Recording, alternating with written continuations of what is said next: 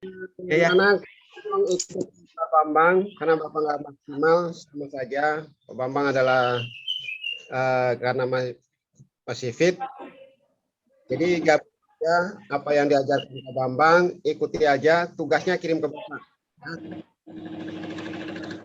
Jadi, kamu ikutin materi Pak Bambang. Mungkin hanya itu dulu Pak Bambang. Oke ya Pak, bisa apa ya? Langsung ya Pak ya. Langsung Pak. Oke, terima kasih. Oke, selamat pagi anak-anakku semua, baik yang di rumah maupun di kelas. Untuk yang di kelas, khususnya di kelas 6B ya, kamu harus belajar mandiri ya. Karena Pak Aswad masih dalam kondisi kurang fit, makanya belum bisa datang, makanya tetap kita semangat untuk belajar. Oke, kali ini oke ya, mohon di mute dulu semua ya. Speakernya di mute ya. Speakernya di mute sebentar, Bapak akan coba share screen dulu ya. Share screen yaitu kebetulan yang tugas yang tentang bahasa Indonesia ya. Kebetulan di kelas Bapak sendiri, kelas 6A itu ada beberapa yang masih salah ya. Mungkin nanti di sini kebetulan ada Pak Aswad, mungkin nanti bisa memberikan masukan untuk tugas-tugas kemarin yang hari Senin, yaitu tentang bahasa Indonesia. Oke ya, nanti kita bahas bersama-sama, kita ini bersama-sama biar kedepannya nanti jika ada soal mengenai gagasan utama dan informasi penting dalam suatu teks bacaan, khususnya dalam paragraf, kamu sudah bisa. Ya Bapak, langsung mulai. Dari sahabat-sahabat BAM 97 channel, khususnya adalah anak-anakku sekalian, tetap semangat ya nak untuk mengikuti pembelajaran hari ini. Kali ini kita akan belajar tema 8, subtema 2, yaitu pelajaran bahasa Indonesia. Pada kesempatan ini nanti kita akan belajar mengenai mencari gagasan utama dan mencari informasi-informasi penting yang ada pada paragraf atau teks ya. Jadi teks itu terdiri atau memiliki beberapa paragraf. Anak-anak, masih ingatkah kalian apa itu gagasan utama? Oke, gagasan utama adalah jadi inti dari paragraf tersebut. Bagaimana cara mencari gagasan utama kita? Langkah yang pertama adalah kita harus tahu dulu kalimat utama dalam paragraf tersebut. Biasanya kalimat utama adalah terletak di awal paragraf, di akhir paragraf, atau bahkan campuran. Pada dasarnya adalah hampir pada umumnya ya, kalimat utama dalam sebuah paragraf itu terletak di awal. Mari kita lihat pembahasan berikut ini. Perhatikan contoh paragraf berikut. Memasuki musim hujan, terjadi peningkatan curah hujan di beberapa wilayah di Indonesia. Tidak dapat dipungkiri, banjir pun melanda di berbagai tempat. Berbagai faktor penyebab banjir berulang dari tahun ke tahun. Rendahnya kesadaran masyarakat untuk menjaga lingkungan, penebangan liar, pembangunan pemukiman tanpa memindahkan topografi wilayah merupakan penyebab bencana tersebut. Pendangkalan dan penyempitan badan sungai membuat sungai meluap. Hal ini dapat disebabkan oleh faktor alam. Namun, ada pula ulah manusia yang mempercepat terjadinya hal ini. Menjamurnya rumah di bantaran sungai misalnya. Permasalahan ini sering terjadi di kota yang berpenduduk padat. Ini adalah salah satu contoh bentuk paragraf ya, di mana di sini kita akan menentukan yaitu kalimat utamanya di mana. Berarti di sini kita harus pintar-pintar dalam menentukan kalimat utama. Kita baca dengan seksama teks paragraf yang telah diberikan berikut ini.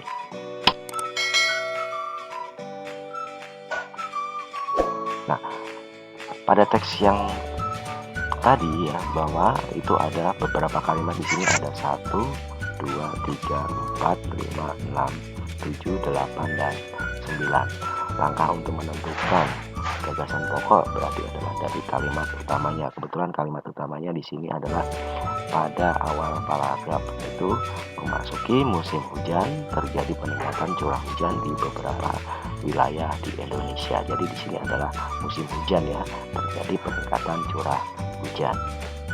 Kemudian Kita tentukan dulu gagasan utama paragrafnya, yaitu memasuki musim hujan, terjadi peningkatan curah hujan di beberapa wilayah di Indonesia. Berarti di sini kita dari gagasan utama kita ambil ya pikiran utamanya apa di sini, terjadi peningkatan curah hujan. Ini adalah pikiran utamanya. Oke, kita lanjut lagi. Mencari informasi penting ya. Jadi setelah tadi kita sudah menentukan apa pikiran utamanya, berarti kita mencari informasi penting. Yang pertama, gagasan utama termasuk informasi penting dari paragraf. Jadi tadi yang sudah kita tentukan tadi, pikiran utamanya itu masuk ke dalam informasi penting. Yang kedua, gunakan teknik membaca, memindai atau scanning. Yang ketiga adalah membuat kalimat tanya yang jawabannya ada dalam teks tersebut.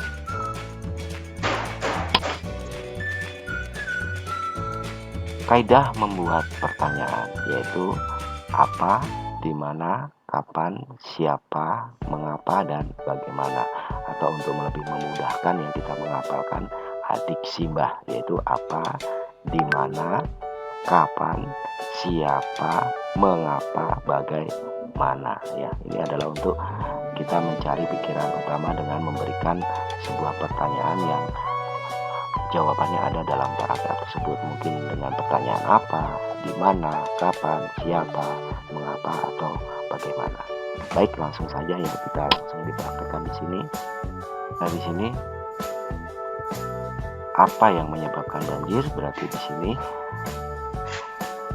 jawabannya adalah rendahnya kesadaran masyarakat untuk menjaga lingkungan, penebangan liar, pembangunan permukiman tanpa mengindahkan topografi wilayah merupakan penyebab bencana tersebut. Ini adalah termasuk informasi penting, yaitu dengan memberikan sebuah pertanyaan yang tadi dengan metode kaidah memberikan pertanyaan dengan adik simbah tadi, kita memberikan pertanyaan apa, berarti apa yang menyebabkan banjir. Nah, jawabannya sudah tersedia dalam paragraf ini. Nah, ini adalah termasuk informasi penting. Sehingga dalam paragraf tersebut informasi yang bisa kita temukan yaitu 1. Memasuki musim hujan, terjadi peningkatan curah hujan di beberapa wilayah di Indonesia. Ini hasil. Ini adalah dari gagasan utama ya. Ini adalah hasil dari gagasan utama tadi, yang pikiran utamanya ya, pikiran pokoknya tadi sudah kita tentukan. Lalu yang berikutnya adalah rendahnya kesadaran masyarakat untuk menjaga lingkungan, penebangan liar, pembangunan permukiman tanpa mengindahkan topografi wilayah merupakan penyebab bencana tersebut. Ini adalah kita dapatkan dari kalimat tanya atau kalimat, kita membuat kalimat yang jawabannya sudah ada pada paragraf. Mungkin itu ya. Jadi tadi yang pertama adalah kita sudah menentukan gagasan utamanya, yaitu yang kedua adalah mencari informasi penting yang ditemukan di dalam paragraf tersebut. Caranya ada dua, yaitu dari gagasan utama, yang berikutnya adalah dengan memberikan kalimat tanya. Nah, setelah kalian membaca itu semua, sudah menentukan kalimat utamanya, gagasan utamanya, lalu yang berikutnya adalah dan sudah menentukan informasi-informasi penting, maka yang kalian harus lakukan adalah menggarisbawahi atau memberikan catatan-catatan penting pada paragraf tersebut. Kira-kira kalimat mana yang kita anggap sebagai informasi penting. Misalkan di sini adalah kita garisbawahi peningkatan curah hujan, berbagai faktor penyebab banjir, rendahnya kesadaran masyarakat untuk menjaga lingkungan, penebangan liar, pembangunan permukiman tanpa mengindahkan topografi wilayah. Mungkin bencana itu sendiri ya pengertiannya, kemudian pendangkalan dan penyempitan badan sungai ya. Jadi isinya adalah informasi-informasi penting. Kemudian kita bisa buat ke dalam bentuk resume atau catatan, atau bahkan kita bisa membuat ke dalam infografis. Sehingga apa? Setiap kita belajar, kita akan menambah ilmu pengetahuan kita, dan jika kita membaca sebuah paragraf atau teks, kita akan tahu apa yang terkandung dalam teks tersebut. Jadi tetap Bapak ulangi lagi, langkahnya adalah kita cari gagasan utamanya, lalu kita cari informasi-informasi penting, kemudian kita catat, kita garis bawahi. Mungkin ini adalah penjelasan Bapak, mudah-mudahan bermanfaat.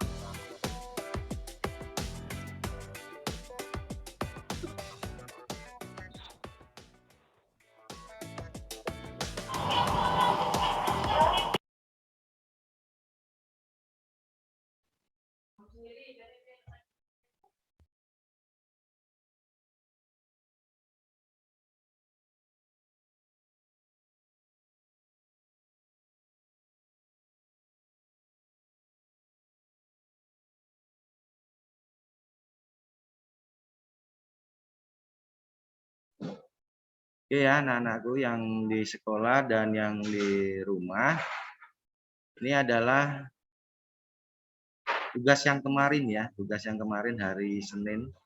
Jadi ditugaskan di sini bahwa kamu harus mencari yang namanya ya gagasan utama dan informasi-informasi penting.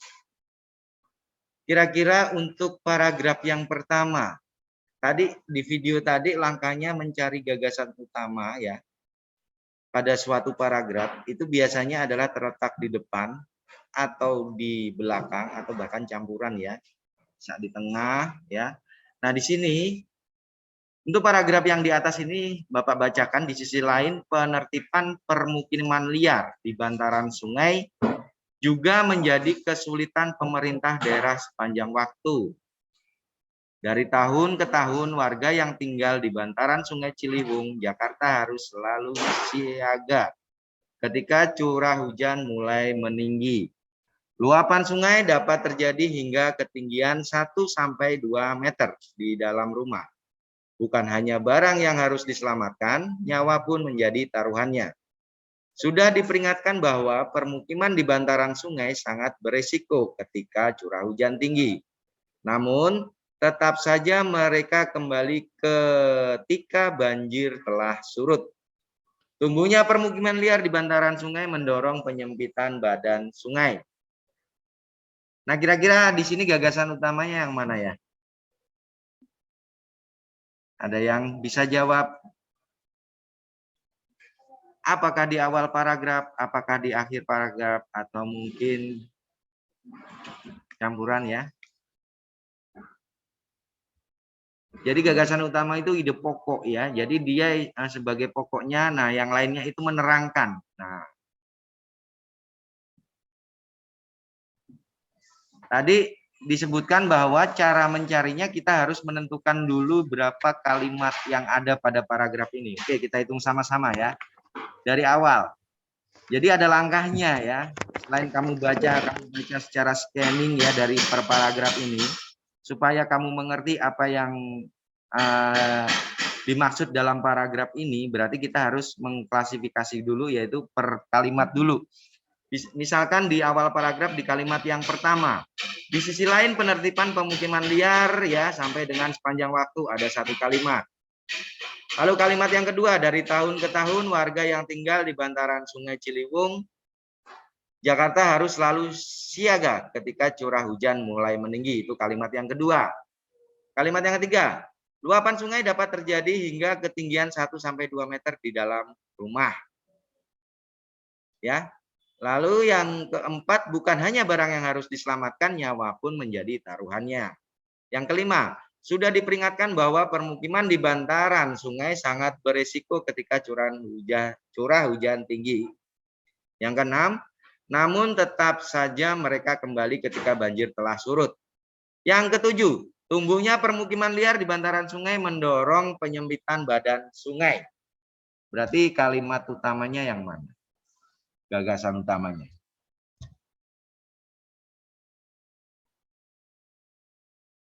Ayo, yang di rumah jangan takut salah. Kita belajar. Ayo kelas B.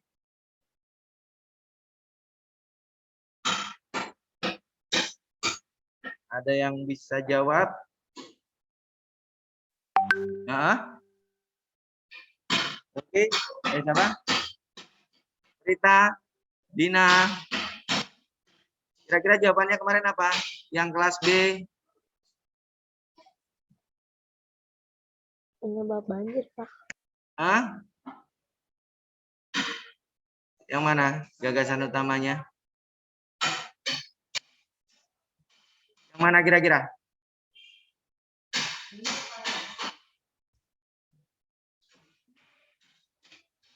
Penertiban permukaan liar di bantaran sungai menjadi kesulitan pemerintah. Itu sebagai akibat dari paragraf pertama enggak? Kira-kira pokok pikirannya ini bukan?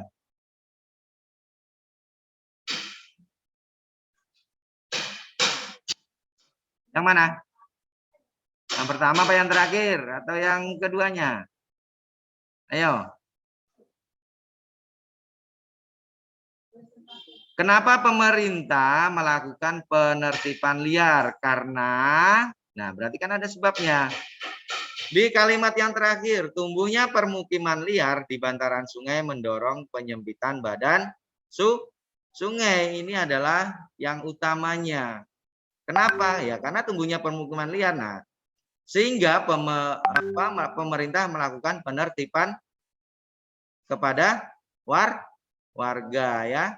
Nah, pemerintah mengalami kesulitan ya sepanjang waktu. Dari tahun ke tahun warga yang tinggal di bantaran Sungai Ciliwung ya, Jakarta harus selalu siaga.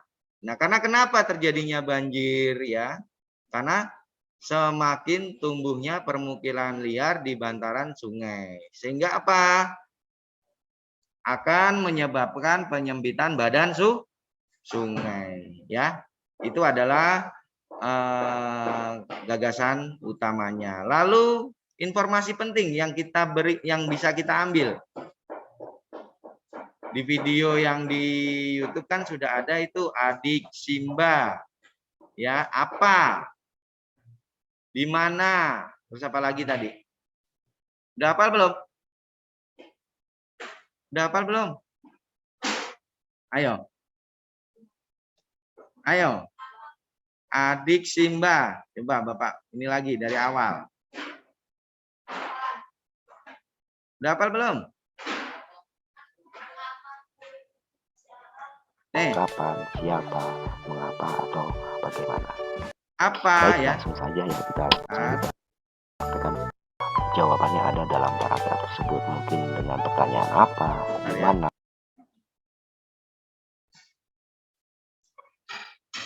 Apa, di mana, kapan, siapa, mengapa, dan bagaimana ya adik Simba.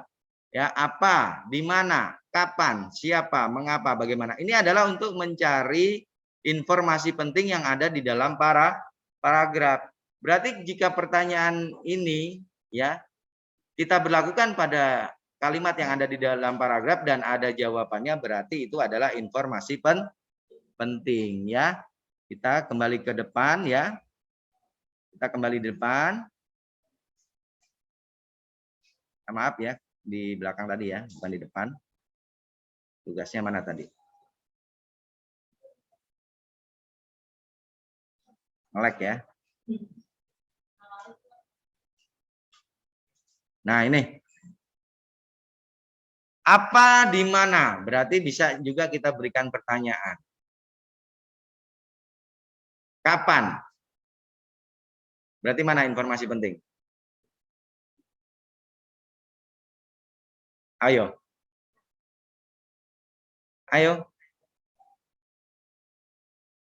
Di sini? Dari beberapa pertanyaan ini?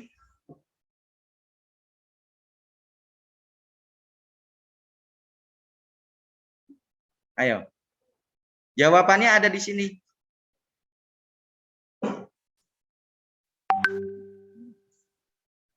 Ayo.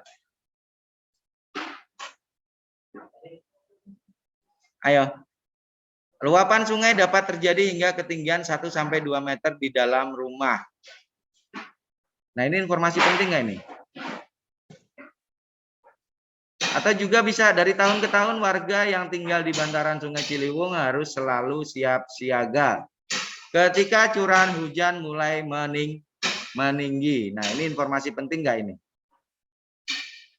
Lalu ada lagi, sudah diperingatkan bahwa permukiman di bantaran sungai sangat beresiko. ketika curah hujan tinggi. Ya.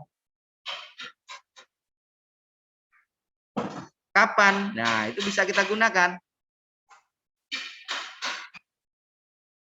Ya, kapan terjadinya banjir, ya?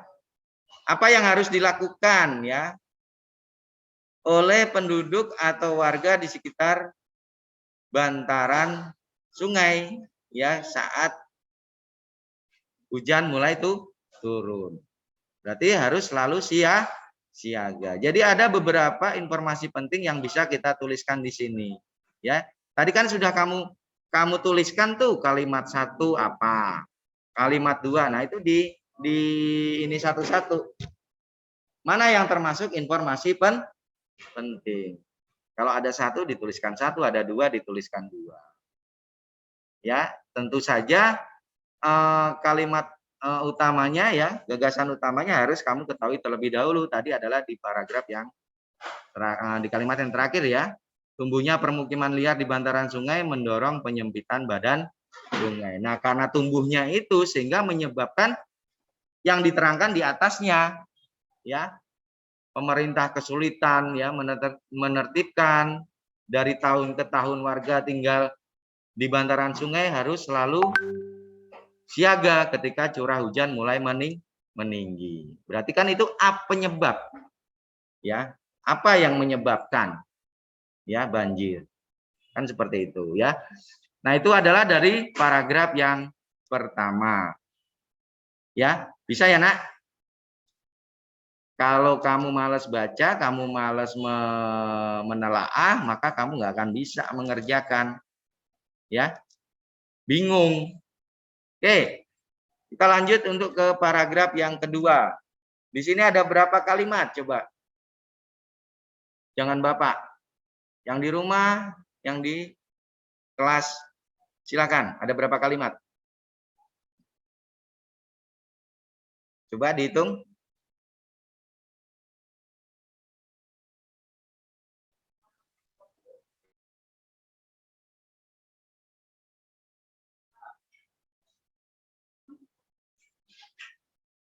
Ada berapa?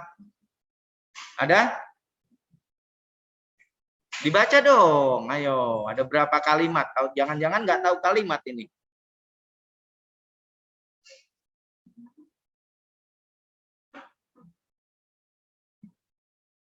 Jangan-jangan nggak tahu kalimat. Aktivitas harian warga, koma, itu kalimat bukan? Udah masuk satu kalimat belum? Udah belum tuh? Masih ada yang bilang udah. Sampai titik. Aktivitas harian warga, koma, berarti belum, ya. Seperti mencuci dan membuang sampah di sungai, juga makin mempercepat pendangkalan sungai. Itu baru satu kalimat. Lalu kalimat kedua. Di Manado, Sulawesi Utara rawan banjir dan longsor justru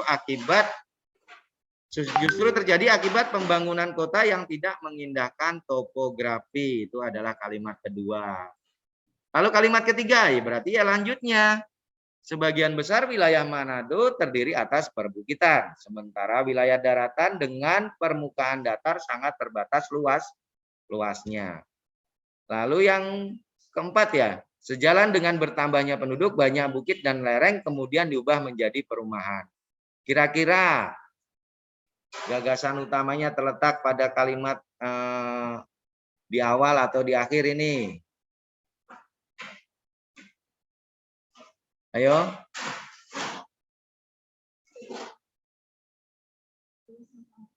Di awal kalimat yang pertama, ya, benar. Kalau yang terakhir kan enggak, ya. Yang pertama di situ dilihat, kita coba aktivitas harian warga seperti mencuci dan membuang sampah di sungai juga makin mempercepat pendangkalan sungai. Berarti gagasan utamanya adalah aktivitas warga di pinggiran sungai akan mempercepat pendangkalan sungai, ya, buang sampah, ya. Otomatis kan aktivitas dilakukan di situ, otomatis ya buang sampah dan segala macam di sungai. Nah, itu akan mengakibatkan pendangkalan. ya, sehingga akan menyebabkan rawan banjir, ya. Nah, itu adalah di paragraf yang kedua. Jadi gagasan utamanya tidak harus, jadi kamu ambil pokok pentingnya, jadi nggak harus kamu tuliskan kalimatnya ini, tidak. Di kalimat yang pertama ini ya kamu ambil pokoknya. Di sini kan aktivitas harian warga seperti mencuci dan membuang sampah di sungai juga makin mempercepat pendangkalan sungai. Nah, kata-kata utamanya pokoknya adalah mempercepat pendangkalan sungai. Nah, di sini berarti kita rangkum ya, kita perpendek bahwa aktivitas warga di sekitar bantaran sungai akan mempercepat pendangkalan sungai. Jadi intinya adalah di sini ya gagasan utamanya. Lalu dijelaskan di kalimat berikutnya, di Manado, Sulawesi Utara rawan banjir dan longsor justru terjadi akibat pembangunan kota yang tidak mengindahkan topografi ya. Lalu yang berikutnya, sebagian besar wilayah Manado terdiri di atas perbukitan, sementara wilayah daratan dengan permukaan datar sangat terbatas luasnya. Sejalan dengan bertambahnya penduduk, banyak bukit dan lereng kemudian diubah menjadi perumahan. Jadi kurang adanya penyerapan air. Ya, jadi kalau hujan karena banyak bangunan, banyak yang dibangun di daerah perbukitan, otomatis akan menyebabkan terjadinya banjir ya di situ. Ya. Jadi informasi-informasi penting yang bisa kita ambil ya. Yang kedua adalah tadi yang kalimat kedua di sini ya, gagasan utama adalah mempercepat pendangkalan sungai akibat aktivitas warga. Lalu pembangunan ya. Pembangunan perumahan di sekitar di bukit ya akan menyebabkan salah satu penyebab terjadinya banjir ya itu. Jadi ya, tanpa mengindahkan keadaan lingkungan ya. Pembangunan ya itu juga tanpa memperhatikan perhitungan maka akan menyebabkan rawan banjir juga. Nah, itu ada beberapa banyak informasi penting yang ada dalam kalimat. Oke, Nak. Mungkin itu ya yang bisa Bapak sampaikan, ya mungkin nanti Pak Aswad bisa menambahkan ya apa yang Bapak sampaikan, mungkin ada kekurangannya atau apa nanti bisa ditambahkan oleh Pak Aswad. Ya, ada pertanyaan? Mas ngerti nggak? Paham nggak? Berarti kemarin jawabannya benar nggak? Paham nggak? Loh, nggak konsen kamu belajar. Belajarnya udah nggak konsen. Iya kan? Mau jadi apa ini? Ya. Oke, kalau sudah paham, sebelum masuk baru satu mata pelajaran lagi ya. Bahkan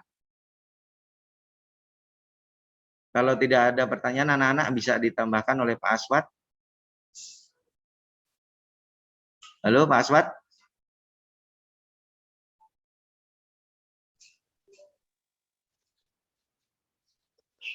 Masih itu.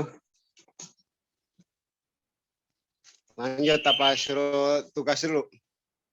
Oh ya, tugas ini pembahasan Pak, pembahasan yang kemarin. Nanti tugasnya di materi hari ini yaitu IPA Pak.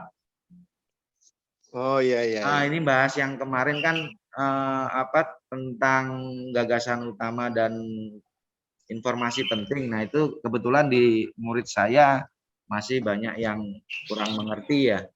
Oh iya. Kurang mengerti. Jadi ketuker-tuker. Jadi gagasan utama. Iya. Mungkin Pak Aswad bisa nambahkan biar anak-anak lebih paham lagi. Belum kuat banget ngomong. Oh, belum kuat ya udah. Ya Pak, ya Pak. Iya. Saya napasnya masih ngap. Iya ya. Oke ya, berarti lanjut ya Pak Aswad ya. Lanjut Pak, lanjut ya. Oke, siap. Tolong. Oke ya, kalau sudah tidak ada pertanyaan anak mengenai bahasa Indonesia ya, yaitu mengenai gagasan pokok dan informasi penting yang ada dalam suatu teks atau paragraf ya. Jadi intinya di sini kamu harus baca ya. Baca, lalu di tiap paragraf tadi kamu lihat ada berapa kalimat, tinggal kamu pilih kira-kira kalimat gagasan pokoknya di kalimat yang berapa. Kalimat di awal paragraf atau di akhir paragraf atau campuran ya. Nah, itu kita baca. Jadi pokoknya, jadi dia adalah sebagai kalimat, nah yang lainnya adalah sebagai penjelas. Ya. Lalu informasi penting juga seperti itu. Yang kiranya ini kamu tuliskan di situ. Ya, dituliskan sehingga apa yang didapat. Oke, yang di rumah, yang di kelas kita lanjut ke materi berikutnya yaitu materi IPA ya, yaitu tentang planet bagian tata surya bagian luar ya. Apa saja planet-planet yang ada di tata surya bagian luar. Bapak akan share dulu.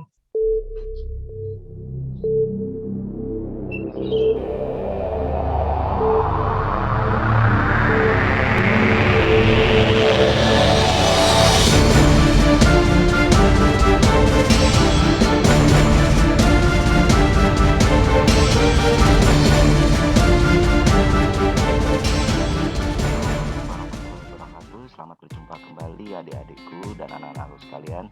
Semoga kita semangat dalam mengikuti pembelajaran hari ini. Mari kita saksikan. Kali ini kita akan melanjutkan materi kita yang kemarin, yaitu tentang sabuk asteroid dan planet bagian luar. Di mana kemarin kita sudah belajar mengenai planet bagian dalam. Oke, langsung saja. Yang pertama di sini adalah sabuk asteroid. Asteroid secara umum adalah objek tata surya yang terdiri dari batuan dan mineral logam beku.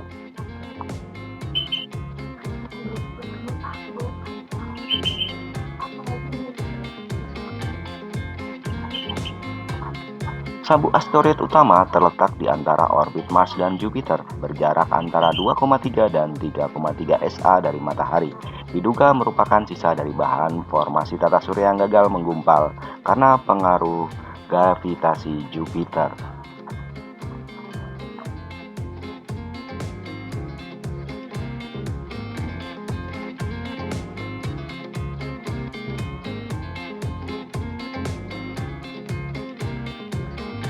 Gradasi ukuran asteroid adalah ratusan kilometer sampai mikroskopis. Semua asteroid kecuali Ceres yang terbesar diklasifikasikan sebagai benda kecil tata surya. Beberapa asteroid seperti Vesta dan Hygiea mungkin akan diklasifikasikan sebagai planet Katai jika terbukti telah mencapai kesetimbangan hidrostatik. Sabuk asteroid terdiri dari beribu-ribu mungkin jutaan objek yang berdiameter 1 km.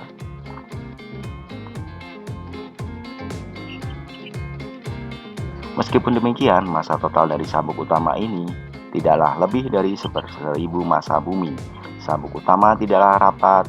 Kapal ruang angkasa secara rutin menerobos daerah ini tanpa mengalami kecelakaan.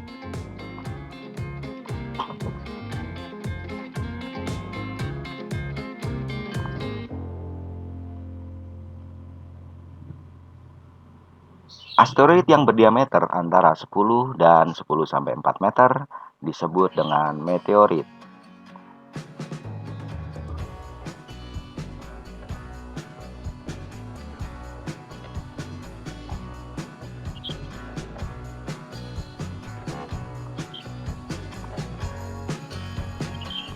Berikutnya adalah kita akan mempelajari planet-planet bagian luar.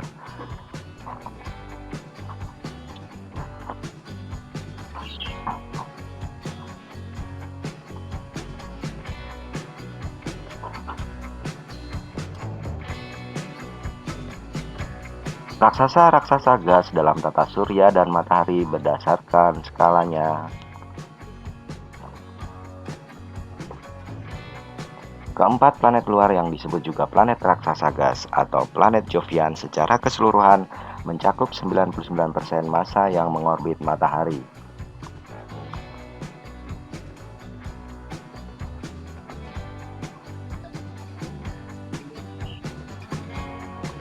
Jupiter dan Saturnus sebagian besar mengandung hidrogen dan helium. Uranus dan Neptunus memiliki proporsi es yang lebih besar.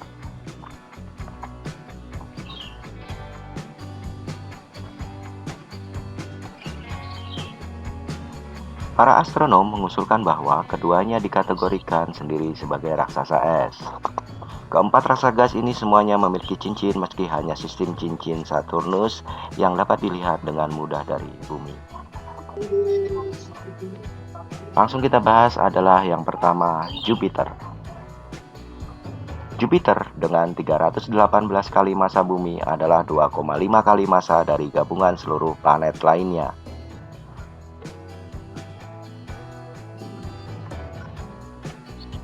Kandungan utamanya adalah hidrogen dan helium. Sumber panas di dalam Jupiter menyebabkan timbulnya beberapa ciri semi permanen pada atmosfernya.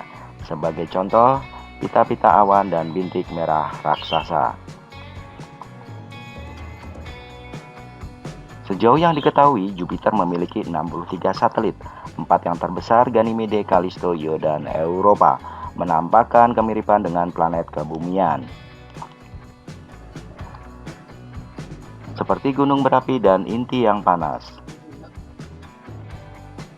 Ganymede yang merupakan satelit terbesar di tata surya berukuran lebih besar dari Merkurius. Berikutnya adalah Saturnus. Saturnus yang dikenal dengan sistem cincinnya memiliki beberapa kesamaan dengan Jupiter, sebagai contoh komposisi atmosfernya. Meskipun Saturnus terbesar 60% volume Jupiter, planet ini hanya memiliki massa kurang dari sepertiga Jupiter atau 95 kali massa bumi.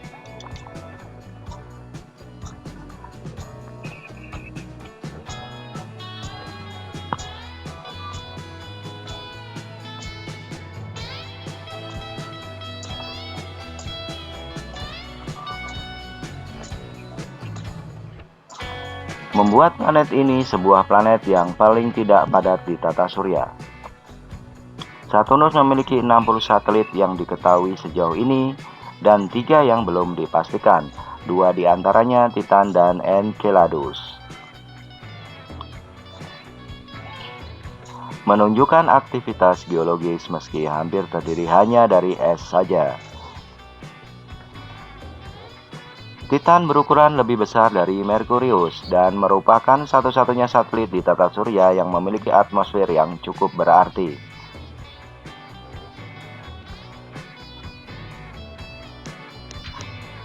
Berikutnya adalah planet Uranus. Uranus yang memiliki 14 kali massa bumi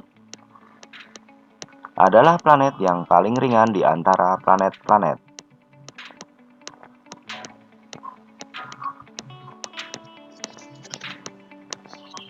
Planet ini memiliki kelainan ciri orbit.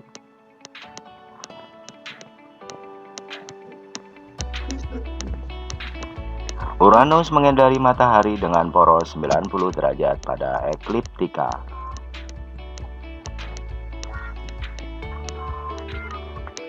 Planet ini memiliki inti yang sangat dingin dibandingkan gas raksasa lainnya dan hanya sedikit memancarkan energi panas. Uranus memiliki 27 satelit yang diketahui, yang terbesar adalah Titania, Oberon, Umbriel, Ariel, dan Miranda. Berikutnya adalah Neptunus. Neptunus meskipun sedikit lebih kecil dari Uranus,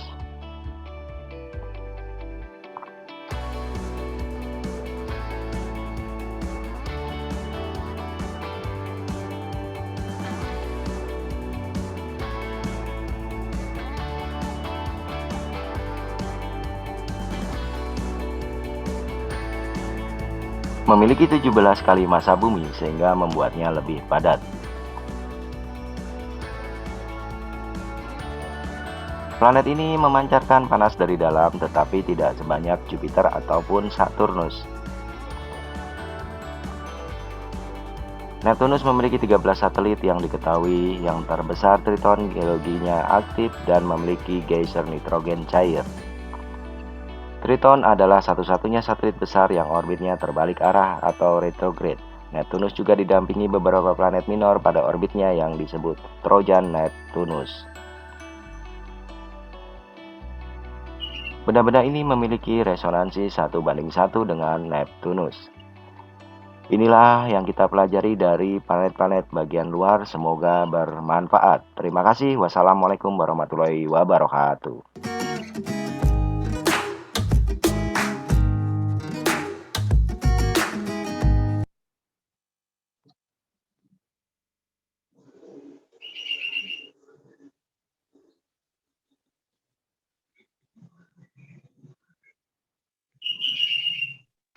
Ya, baik anak-anak semua. Yang di rumah, yang di kelas B, yang di kelas A juga, ya tolong perhatikan di depan. Ini adalah tugas yang harus kamu kerjakan sekarang bagi yang di kelas A, ya berarti dikerjakan, dikumpulkan ke Bapak hari ini juga yang di kelas. Lalu bagi yang di rumah juga seperti itu, yang Zoom ya. Nanti kamu kerjakan lalu kamu foto ke WA Bapak ya. Lalu fotokan seperti biasa ke WA Bapak. Jadi khusus untuk yang di kelas dikerjakan. Berarti yang untuk B juga sama, langsung mengerjakan. Nanti dikirim fotonya ke Pak Aswad. Ya, nanti Bapak cek ke bawah ya siapa yang sudah mengerjakan atau belum. Ya, paham ya? Nah, silakan yang di rumah. Oh ya, Ya, tadi Pak. sering Bapak SA ya, tadi sering disebutkan misalkan taruhlah yang Neptunus SA-nya 30. SA itu apa? Satuan astronomi. Jadi biar paham ya. Jadi jarak dari bumi ke matahari itu 1 SA itu kalau dibulatkan ya, dibulatkan supaya lebih memudahkan untuk menghitung ya. 1 SA itu berarti 150 juta ya. Jadi jarak juta kilometer ya. Nah, itu 1 SA. Misalkan Neptunus ya. Neptunus 30 SA berarti tinggal mengalihkan saja 30 kali 150 juta kilometer ya. Jadi SA adalah satuan astronomi ya, atau di bahasa di Inggrisnya itu astronomy unit ya, AU. Ya sama ya. Kalau di Indonesia adalah satuan astronomi. Mungkin itu saja yang bisa Bapak tambahkan. Ini tugasnya berarti tugas di sini yang dimaksud dengan asteroid yang kedua, 3, 4 dan 5 kamu bisa ulangi kembali ya, link videonya sudah tadi Bapak bagikan ke Pak Aswad ya. Sudah ada, lalu yang di kelas Bapak tadi juga sudah apa belum ya? Sudah ya. Yang di kelas Bapak belum ya. Yang di kelas Bapak belum. Nanti akan Bapak kirim yang di rumah supaya kamu bisa melihat lagi. Nah, bagi yang di sekolah juga sama, ini dikerjakan ya. Jadi silakan yang di rumah Bapak tutup dulu ya, Bapak akhiri. Assalamualaikum warahmatullahi wabarakatuh. Kita kembalikan lagi ke Pak Aswad. Ya sudah Pak Aswad. Oke ya, jadi nanti dikirim ke Pak Aswad ya. Mungkin Pak Aswad lagi istirahat. Nanti silakan live Zoom nggak apa-apa, langsung mengerjakan soal yang di rumah ya. Biarkan yang di Zoom kelas Bapak dan kelas B saja. Oke, yang di rumah silakan live Zoom. Tugasnya sudah. Yang terakhir adalah IPA ya. Oke, silakan live Zoom yang sudah yang di rumah. Nggak apa-apa. Ya, langsung mengerjakan tugasnya dikirim ya. Yang di sekolah